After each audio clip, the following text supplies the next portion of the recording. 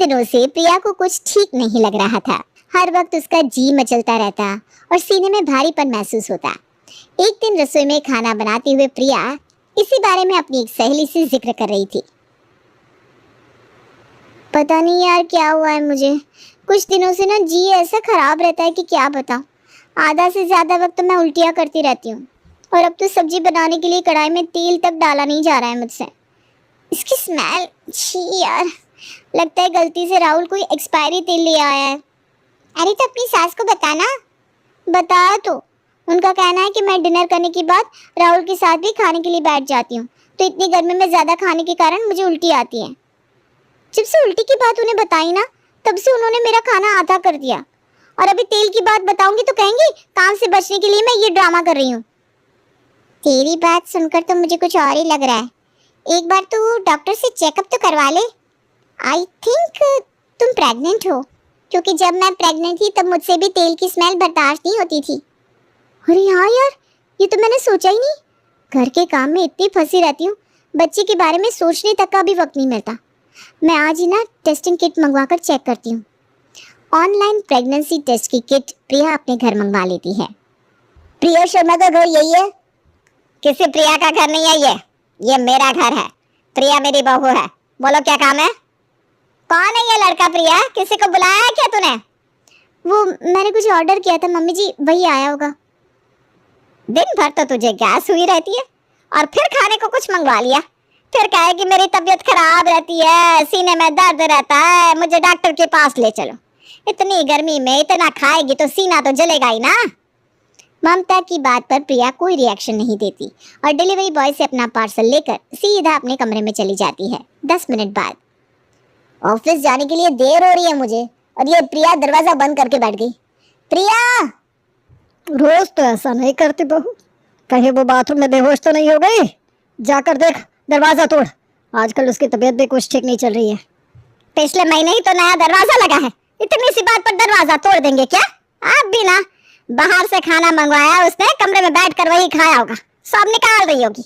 मैंने पहले ही मना किया था बाहर का मत खाना, पर इनको तो लगता है मैं इनकी दुश्मन हूँ। इस मसले पर सभी अपनी अपनी टिप्पणियां दे रहे थे और तभी कमरे का दरवाजा खुलता है और शर्माती हुई प्रिया बाहर आती है। मुझे आप सबसे कुछ कहना था। अरे तो बोल देना, क्या बोलने वाली है? इतना वक्त क्यों ले रही है? अब तो शर्मा क्यों रही है बहू? कहीं तेरे माँ बाप ने इस उम्र में कोई खुशखबरी तो नहीं दे दी? क्या मम्मी जी, आप भी ना। मम्मी इस उम्र में खुशखबरी कैसे दे सकती है? तो और राहुल तो मुझे खुशखबरी देने नहीं वाले, इसलिए मैंने तेरी माँ का नाम लिया। इस बार ये खुशखबरी मैंने और राहुल नहीं दी है मम्मी जी। हैं? तुम माँ बनने वाली हो? अरे बहू बैठ। अरे विमला, जल्दी जाकर मिठाई लेकर आ, बर्तन बाद में धोना। अभी लाई माँ जी। और प्रिया की प्रेगनेंसी की बात सुनते ही पूरे शर्मा निवास में खुशी की लहर दौड़ जाती है।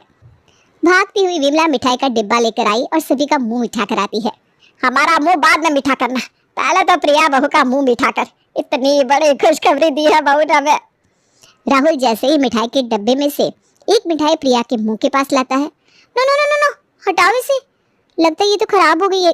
कितनी घटिया स्मेल इसकी। नहीं बहू, आज सुबह 7 बजे ही मैं ये नत्थू हलवाई की दुकान से ताज़ा लेकर आया हूँ। 25 रुपए का एक कलाकंद पड़ा है और तू इसे खराब कह रही है। कुछ दिनों से बार बार प्रिया यही कहती रहती है, उसकी तबीयत ठीक नहीं है। हम एक बार डॉक्टर को दिखा कर आते हैं ना पापा जी। राहुल प्रिया को डॉक्टर के पास लेकर जाता है, जहाँ डॉक्टर उन्हें बताते हैं कि प्रिया 2.5 महीने प्रेग्नेंट है।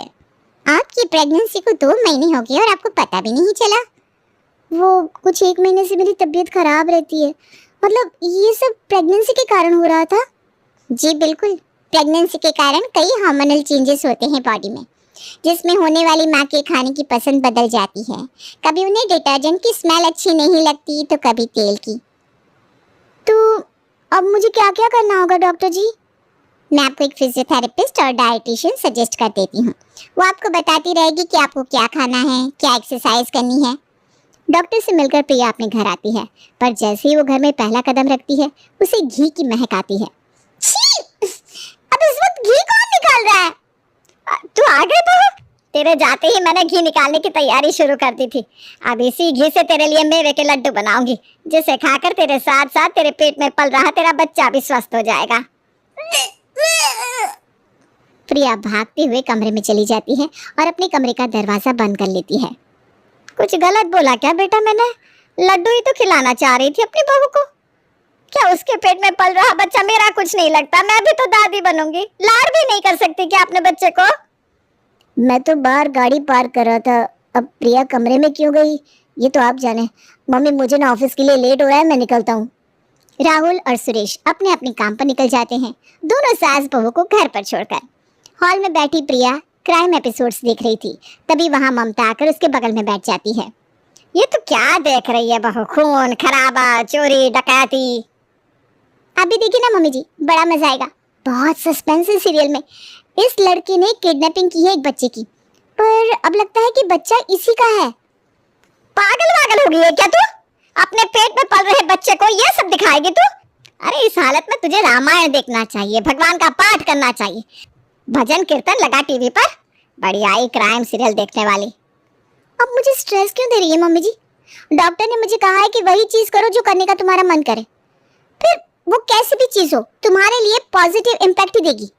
बात सुन इसकी विमला, लग रहा है दुनिया में पहली बार ये माँ बनी है। आज तक तो सभी औरतें बांझ ही घूम रही थी ना। तेरे पति को मैंने ही जना है, भूल गई क्या? और इस विमला को देख, बर्तन मांजती है लोगों के घरों में। जब इसका छोटा बेटा पेट में था ना, उस वक्त भी हमारे घर में ये बर्तन ही धो रही थी। उसी वक्त इसके पेट में दर्द उठाया, बर्तन धोते धोते बच्चा पैदा करने गई अस्पताल, और 5 मिनट भी नहीं लगा, फट से बच्चा हो गया। एक हाथ में अपने बच्चे को लिए वापस ये हमारे घर आई, बर्तन पूरे धोए और फिर कहीं अपने घर लौटी। क्या हो गया इसे? मर तो नहीं गई ना? अरे दिन भर इधर उधर की स्मेल सूंघती थी, पर मजाल है कि एक बार भी जी मचले इसका। ये तो तुम लोगों ने अपने शरीर को कमजोर करके रखा है, इसीलिए तो आजकल डॉक्टर औरतों का ऑपरेशन ही कर देते हैं, क्योंकि तुम लोगों में कलेजा ही नहीं बचा। इतने सब के बाद विमला का बच्चा कमजोर पैदा हो गया क्या? एक मुक्का मारेगा ना इसका बेटा, तू अभी गिर पड़ेगी यहीं के यहीं। मैं अपने कमरे में जाती हूँ मम्मी जी। सही बात कह दो तो इनका मुंह सूज जाता है। कुछ देर बाद ममता सब्जियां काट कर तैयार कर लेती है और प्रिया के कमरे में जाकर उससे कहती है, जा बहू खाने की तैयारी कर ले, मैंने तोरी काट दी है, सब्जी बना ले और रोटी बना ले, हम 2 जने ही तो हैं। इतने गर्मी में अब चावल भी क्या बनाएगी तू?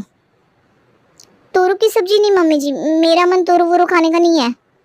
चल कोई ना, कभी कभी मन नहीं करता खाने का, करेले की सब्जी बना ले। नहीं मम्मी जी, मैं करेला नहीं खाती, मुझे मशरूम खाने का मन कर रहा है, मैं मशरूम मंगवा लेती हूँ। क्या कहा तूने? मशरूम? तुझे पता नहीं वो कैसे बनता है? हमारे घर में मशरूम नहीं आता, हम उसे नॉनवेज मानते हैं। मशरूम नॉनवेज नहीं होता मम्मी जी, वो तो फंगस से बनता है, जैसे कई बार इडली में ईस्ट डाला जाता है। देखा है हमें कभी ईस्ट डालते हुए इडली में?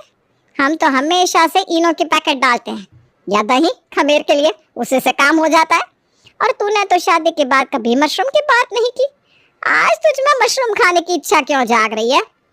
पता नहीं मम्मी जी, पर मेरी डाइटिशियन ने मुझे कहा कि जो खाने का मन करे वो खा लो, क्योंकि बच्चे की वो डिमांड है। पहले तुझे तेल की स्मेल से प्रॉब्लम हो रही थी, अब तुझे घर का खाना नहीं खाना। कल को तू बोलेगी मम्मी जी मुझे मछली खानी है, क्योंकि बच्चे का मछली खाने का मन हो रहा है। तो क्या अपना धर्म भ्रष्ट करके तुझे वो खिला दे हम? हैं? शाकाहारी के घर ऐसा बच्चा आएगा? दिमाग से ये फिजूल बातें हटा दे बहू, और रसोई में जाकर तोरू की सब्जी और पराठे सेक ले। बढ़िया ही मशरूम खाने का मन कर रहा है, जैसे कि मैं तो कभी पेट से थी ही नहीं, हमारा तो मन किया ही नहीं कभी। हैं? अरे भाई मन करता भी है तो दूध दही खाने का करता है, ये सब क्या चौंचले? हर वक्त प्रिया का जो भी मन करता वो कुछ ऐसा होता है जो ममता की पसंद के बिल्कुल खिलाफ होता है। किसी तरह सांसें बंद कर प्रिया को जबरदस्ती तेल मसाले का खाना बनाना पड़ता है, और परेशान होकर हमेशा की तरह प्रिया अपनी फ्रेंड नेहा को कॉल लगाती है। कैसी सास है यार मेरी, मेरा बस चले तो मैं मम्मी के पास जाकर बैठ जाऊं, पर ये तो मुझे मायके भी नहीं जाने देती। कहती है अगर वहां जरा भी 19-20 हुई, तुझे अगर जुकाम भी हुआ तो फिर यहाँ वापस आने की जरूरत नहीं है, और कहीं कुछ ना हो जाए इस डर से मम्मी ने भी मुझे घर आने को मना कर दिया। 24 घंटे मेरे सर पर बैठी रहती है मम्मी जी, कैसे खाऊं मैं खुद की मर्जी का यार? तूने डॉक्टर को दिखाया? तो क्या दिखाऊं डॉक्टर को, वो तो घूम फिर कर दवाई दे रहे हैं भूख बढ़ाने की, पर मुझे ना घर का खाने का मन ही नहीं करता। तेरी सास 10 बजे तक सो जाती है ना, उसके बाद तो बाहर से खाना ऑर्डर करके खा लिया कर। पिज्जा, बर्गर, चाउमीन, मंचूरियन, ये जो भी तेरा मन करे।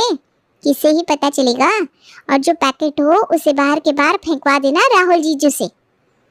तू सही में ना मेरी सेवियर है, हर बार मुझे बचा लेती है। Love you. रात को सभी के डिनर करने के बाद प्रिया अपनी सास के सामने बैठकर एक ग्लास दूध पीती है। घर के खाने की बात ही कुछ और है मम्मी जी, आपने बिल्कुल सच कहा था। आ गई ना अकल ठिकाने? जी मम्मी जी, देर आए दुरुस्त आए।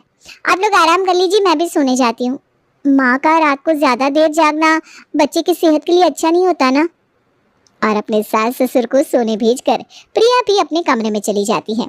और जैसे ही प्रिया को सास का दरवाजा बंद होने की आवाज आती है, वो फौरन ऑनलाइन ऑर्डर कर पिज्जा, चाउमीन, मंचूरियन मंगवा लेती है। आराम से प्रिया, मम्मी को अगर पता चल गया ना तो प्रॉब्लम हो जाएगी। कितनी मुश्किल से मेरा पसंद का खाना आया, खाने दो ना यार। और जैसे ही प्रिया चाउमीन को मुंह लगाती है, बाहर से ममता उसके कमरे के दरवाजे पर लात मारकर उसे खोल देती है। मैं तो कभी पेट से थी ही नहीं, ये तो पहली बार माँ बनी है जो इसे ये सब उष्टंडे करने पड़ रहे। जिस तरह से अच्छी बहू बनकर तू आज डिनर करने आ गई थी, तभी मैं समझ गई थी कि दाल में कुछ तो काला है। क्या खाने नहीं देते बहू हम तुझे? क्या समझेंगे मोहल्ले वाले कि रात को खाना आ रहा है शर्मा जी के घर पर? अरे क्या क्या सोच रहे होंगे लोग। सामने से सारा खाना हटा राहुल, पिज्जा, बर्गर, यही सब खाना है इस लड़की को। छोड़िए ना मम्मी जी, खाने दीजिए ना। हाँ भाई, यही तो माँ बनी है। हम तो कभी माँ बने ही नहीं, हमने तो कभी बच्चा जना ही नहीं है। कोक सीली किसी लिए है हमारी? चलिए जी, बोलकर कोई फायदा ही नहीं है। और इस तरह 6 महीने बीत जाते हैं।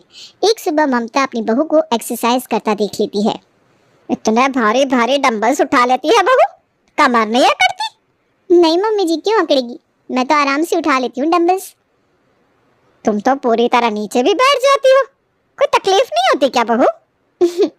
ये तो मेरी ट्रेनर ने मुझे बताया था मम्मी जी, ऐसा करने से ना बच्चा हेल्दी होता है। फिर जब 2 दिन विमला नहीं आई थी तो तूने बर्तन धोने से मना क्यों कर दिया बहू? तब तो तू कह रही थी खड़े रहने से मेरे कमर में दर्द हो जाता है।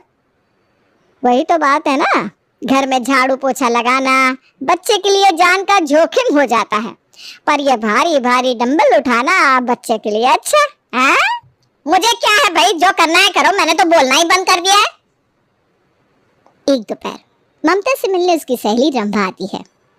अरे ममता, प्रिया नहीं दिख रही, कहाँ है, मायके गई है क्या आपने? नहीं ठीक ही है, पहला बच्चा तो मायके में हो वही सही है। मुंह ना खुलवा रंभा तो मेरा, ना ही इसके मायके वाले इतने अच्छे हैं और ना ही ये। सो रही है आराम से अपने कमरे में। अब तू ही बता, सुबह 10 बजे उठेगी, दोपहर में 2 बजे वापस सो जाएगी, वो भी 3-4 घंटे के लिए। इतना सोने वाली माँ का बच्चा तो आलसी ही पैदा होगा। रात रात भर फोन में घुसी रहती है और सुबह फिर आंख नहीं खुलती। फिर बच्चा भी तो वैसा ही होगा ना, दिन भर सोएगा और रात को जगाएगा। मैं तो हाथ खड़े कर दूंगी भाई, तूने किया है पैदा, तू ही संभाल। पर ये आजकल की बहुएं सुनती कहाँ है, इन्हें तो लगता है यही तेज है। हाँ, पिज्जा पिज्जा दिन भर यही सब खाती है, तब इस खाने की महक से उल्टी नहीं आती। पर अगर मैं रोटी दाल चावल बनाने को कह दूं तो सार दर्द, चक्कर, उल्टी सब चालू हो जाते हैं। ये है ना आजकल की बहुओं के उष्टंड है बस। ये तो कुछ भी नहीं है ममता, बच्चा होने तो दे। मेरी बहू का देख बेटा साल भर का हो गया है, कहती है मैं उसे ना नमक दूंगी ना चीनी दूंगी। अरे भाई, कौन सा तेरा बेटा कोई राजा धीरज पैदा हो गया? हमारे जमाने में तो राजाओं को भी चीनी और नमक देते थे। ये सब ना आजकल टीवी के कारण हो रहा है। ये रील देख देख कर ना जाने खुद कौन सी कलेक्टर नहीं समझने लगती है सबकी सब। हम माँ नहीं बने थे क्या? और इनसे तो मजबूती बच्चे पैदा किए हैं हमने। ये सारी बातें अपने कमरे में बैठी प्रिया सुन रही थी। तो सब बात हुआ, अब कुछ आपके जमाने का भी कर देती हूँ मम्मी जी। हॉल में आकर सीधा प्रिया हॉल की एसी बंद कर देती है। ये ऐसे क्यों बंद कर दी बहू? एसी बच्चे के लिए अच्छा नहीं होता ना मम्मी जी, आपके ज़माने में तो एसी नहीं थी और आपने तो नॉर्मल डिलीवरी कर ली, इसलिए बस अब आपको फॉलो कर रही हूँ। वैसे पैकेट का आटा भिजवाने राशन वाले को मना कर दिया मैंने। मैं और आप मिलकर चक्की में आटा पीस लेंगे, सही रहेगा ना मम्मी जी? उससे बच्चे में और मजबूती आएगी और आपकी भी हड्डियाँ खुल जाएगी। मैं चलती हूँ, बाद में मिलते हैं। हाँ, अरे आंटी जी रुक जाइए, मैं आपको चीनी पानी दे देती हूँ, क्योंकि आपके ज़माने में कोल्ड ड्रिंक तो आपको नसीब नहीं होती होगी। ये सब तो आजकल के चौंचले हैं ना, क्यों आंटी जी? आप पर जरा वक्त लगेगा, हाँ, क्योंकि पानी मैं पास की हैंड पंप से भर कर लाऊंगी ना। अब देखिए शहर में तो हैंड पंप है ही नहीं। और जब भी ममता कुछ कहने जाती, प्रिया पहले ही अपने इस अवतार में आ जाती और ममता की बोलती बंद कर देती। इसी तरह 3 महीने और बीत जाते हैं और प्रिया की डिलीवरी का वक्त हो जाता है। डॉक्टर ने कहा है कि आज से ही एडमिट होना सही रहेगा, क्योंकि पता नहीं किस वक्त डिलीवरी हो जाए। ऐसे वक्त में हमें खुद का दिमाग नहीं लगाना चाहिए। डॉक्टर ने जो कहा है वही कर राहुल। अभी मैं बहू के साथ अस्पताल में रुक जाऊंगा, कुछ देर में खाना लेकर तेरी माँ भी पहुंच जाएगी, तब तक तो अपने ऑफिस का काम निपटा ले। बताओ, माँ को ही नहीं पता चल रहा कि बच्चे के आने का समय हुआ है कि नहीं? हमारे ज़माने में तो हम खुद ही कहते थे, रुक जाइए डॉक्टर साहब, अभी वक्त नहीं हुआ है। ये सुनते ही प्रिया डायरेक्ट किचन में जाती है और एक कैंची लेकर आती है। इन चीज़ों की क्या ज़रूरत है मम्मी जी? डॉक्टर आपसे ज़्यादा थोड़ी ना जानते। राहुल, जाकर गर्म पानी ले आओ। ये लीजिए कैंची मम्मी जी। पर कैंची शायद नए ज़माने की होगी ना? अब पत्थर ला दूँ आपको? अपनी पोती की डिलीवरी आप ही कर दीजिए और इस कैंची से ना नाभि की जोड़ काट दीजिएगा। अरे राहुल, बहू का अस्पताल ले जा भाई।